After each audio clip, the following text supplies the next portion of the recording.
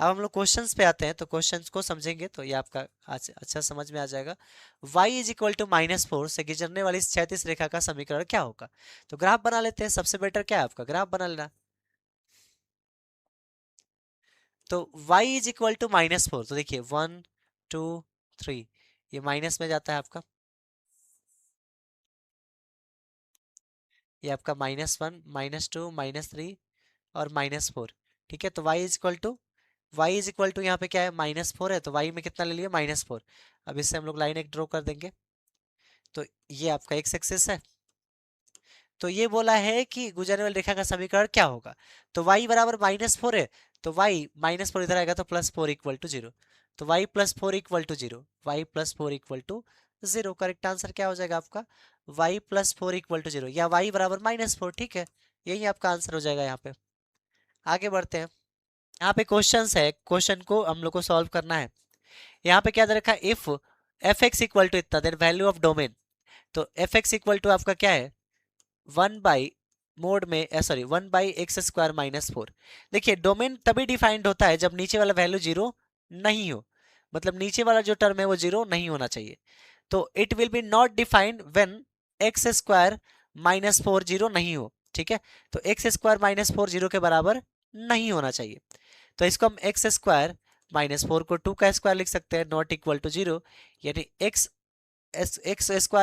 2 a² x-(-b²) और x+2 हो जाएगा, a² - b², a-b a+b, और ये क्या होना चाहिए, नॉट इक्वल टू 0 होना चाहिए। तो अगर इसको सॉल्व करें तो x-2 के अकॉर्डिंग देखें तो x-2 जो होना चाहिए नॉट इक्वल टू 0, तो यहाँ से x नॉट इक्वल टू क्या होना चाहिए, 2 होना चाहिए। -2 उधर जाके क्या हो जाए, 2 हो जाएगा। और यहाँ पे क्या हो जाएगा, x+2 जो है ये वाला नॉट इक्वल टू 0 होना चाहिए, यानी x is equal to x not equal to -2 होना चाहिए, x नॉट इक्वल टू -2। ठीक है, तो ये दो कंडीशन है, x जो है 2 के बराबर नहीं होना चाहिए और -2 के बराबर नहीं होना चाहिए। यानी कि सीधा सीधे हम बोल सकते हैं कि x का वैल्यू जो है नॉट इक्वल टू होना चाहिए, एक में +2 एक में -2, यानी +-2 के। तो x यहाँ पे +-2 के बराबर नहीं होना चाहिए। तो करेक्ट आंसर यहाँ पे देखिए क्या है, x नॉट इक्वल टू +-2। इसको और एक तरीके से लिखा जा सकता है कि पूरे, अगर इसका डोमेन जो है हम पूरे रियल नंबर पे देखते हैं, तो पूरे रियल नंबर में से 2 प्लस का 2 और माइनस का 2 हटाना होगा, -2 और +2। तो यहाँ पे -2 और +2 को क्या करेंगे, हटा देंगे। तो ये भी आपका क्या लिखने का तरीका हो जाएगा, ये डोमेन लिखने का तरीका हो जाएगा। आगे बढ़ते हैं हम लोग, y is equal to x का पावर x। तो ये क्वेश्चन हम सिखा देते हैं कैसे करना है आपको। तो यहाँ पे देखिए, यहाँ पे आपको दे रखा है y is equal to x का पावर x। दोनों तरफ क्या लेंगे, लॉग लेंगे, तो ये हो जाएगा log y, और इधर लेंगे तो log x का पावर x हो जाएगा।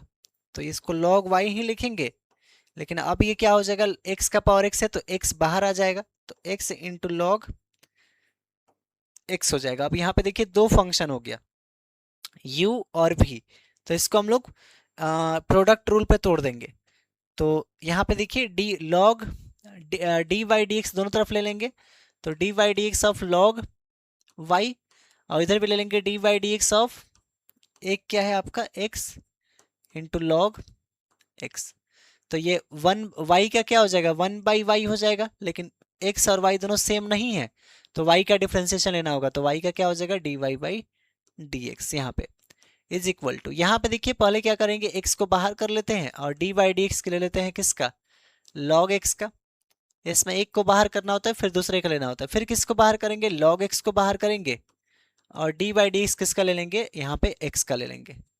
तो यहाँ पे क्या हो जाएगा आपका 1/y dy by d x will be equal to x का x, log x का differentiation 1/x plus log x d by d x of x, x का डिफ्रेंसिएशन आपका 1, ये कट गया।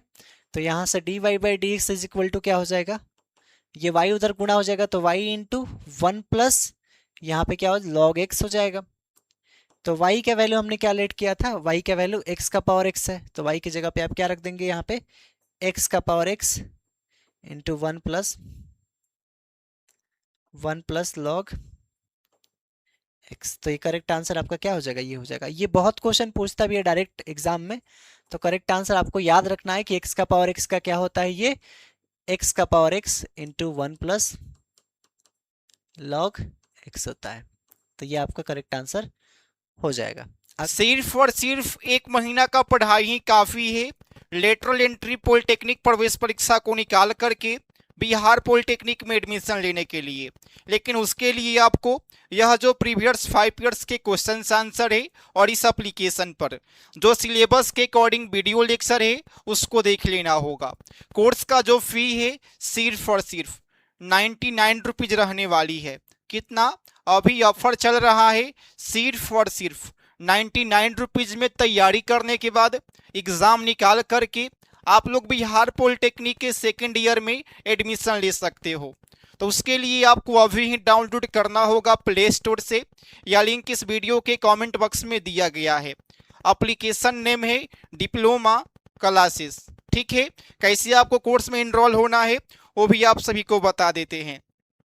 जैसे आप लोग एप्लीकेशन को करते हैं डाउनलोड, तो आपके स्क्रीन के ऊपर कुछ इस प्रकार से शो होगा, बिहार पॉलिटेक्निक लेटरल एंट्री या लेटरल एंट्री पॉलिटेक्निक 2026। यहाँ पे आपको आ जाना है, फिर आपको दिखेगा बिहार पॉलिटेक्निक लेटरल एंट्री 2026, आपको वहाँ पर चले जाना है। कोर्स का जो फी है सिर्फ और सिर्फ 99 रुपीज़ है। आप लोग वहाँ से तैयारी करके बिहार पॉलिटेक्निक के सेकेंड ईयर में एडमिशन आसानी से ले सकते हो। इसको करने का सिंपल तरीका क्या है कि इंटीग्रेशन में फिर से वही करना है, 4 को बाहर ले लीजिए और इंटीग्रेशन में रूट एक्स पल है dx हो गया, प्लस वहां पे 6 ऊपर है तो 6 को बाहर कर लीजिए और इंटीग्रेशन में 1/x³ dx आ जाएगा। अब ये 4 का 4 और रूट एक्स को हम लोग x का पावर 1/2 लिख सकते हैं dx, प्लस ये 6 का 6 1/x³ को x का पावर -3 dx लिख सकते हैं। तो अब यहाँ पे फॉर्मूला लग जाएगा 4 का 4, ये हो जाएगा x का पावर 1/2 + 1 बाई में 1/2 + 1, यहाँ पे क्या हो जाएगा +6 x का पावर -3 + 1 डिवाइडेड बाई -3 + 1 और प्लस का यहाँ पे क्या आ जाएगा कांस्टेंट।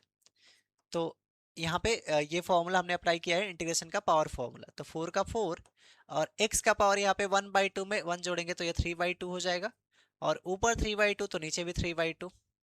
अच्छा 3/2 को यहाँ पे उल्टा करके लिख देना है, देखिए 3/2 है ना तो 3 नीचे और /2 यहाँ पे ऊपर आ जाएगा और प्लस का यहाँ पे 6 x का पावर 1 में से -3 जाएगा -2, नीचे भी -2 प्लस का c, 2 तिया आपका 6 कट जाएगा, माइनस से कटेगा या प्लस तो माइनस हो जाएगा। यहाँ पे 4 दूना 8 बाई यहाँ पे 3 x का पावर 3/2 -3 x का पावर -2 नीचे आके x² बन जाएगा और प्लस का यहाँ पे कांस्टेंट। तो ये इसका करेक्ट आंसर आपका हो जाएगा। इस तरह से आप क्या कर सकते हैं, इसका डिफरेंशिएशन इंटीग्रेशन कर सकते हैं। आगे बढ़ते हैं तो आगे है हाउ मेनी परमुटेशन। परमुटेशन बोल दिया, सिंपल परमुटेशन लगाना है। Of 4 object can be form of 6 distinct object. तो 6 में से 4 को परमुटेशन लगाना है, नहीं 6p4। तो 6p4 कैसे सॉल्व करेंगे, 6 फैक्टोरियल बाई 6 में से 4 6 - 4। यहाँ पे 4 नहीं लिखेंगे क्योंकि परमुटेशन है फिर से।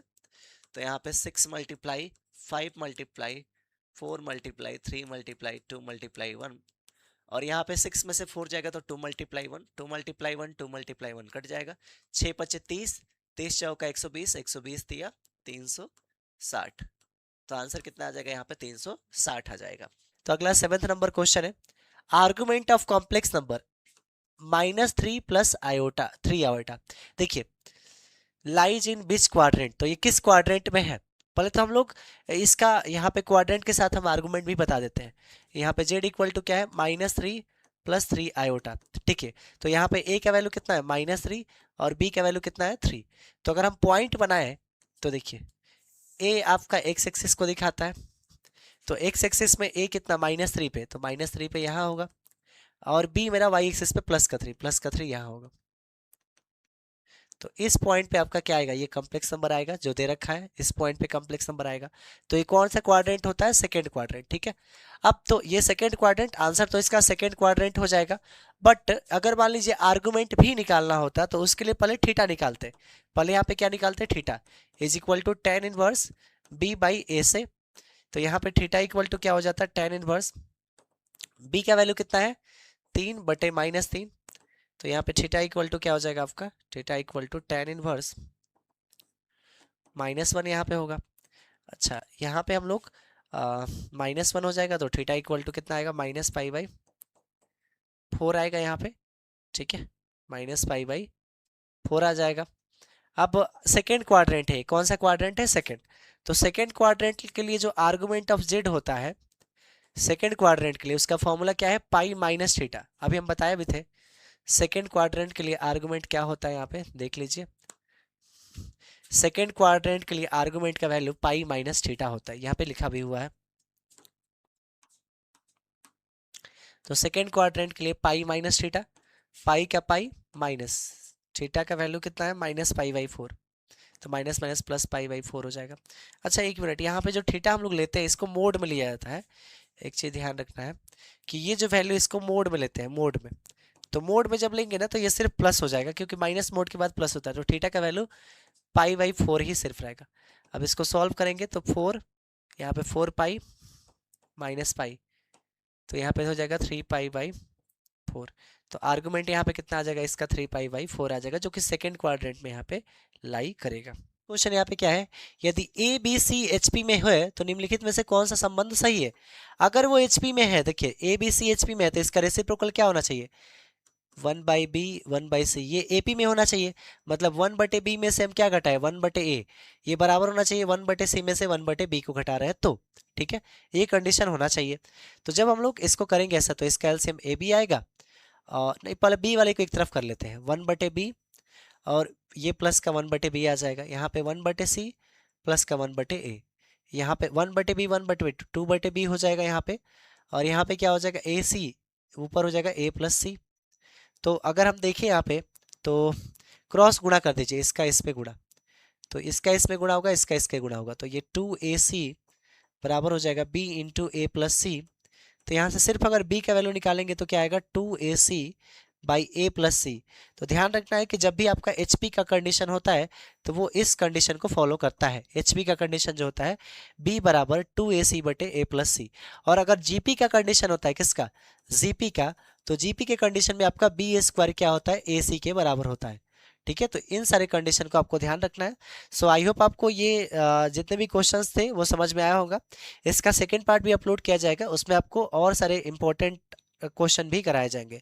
So thanks for watching my video.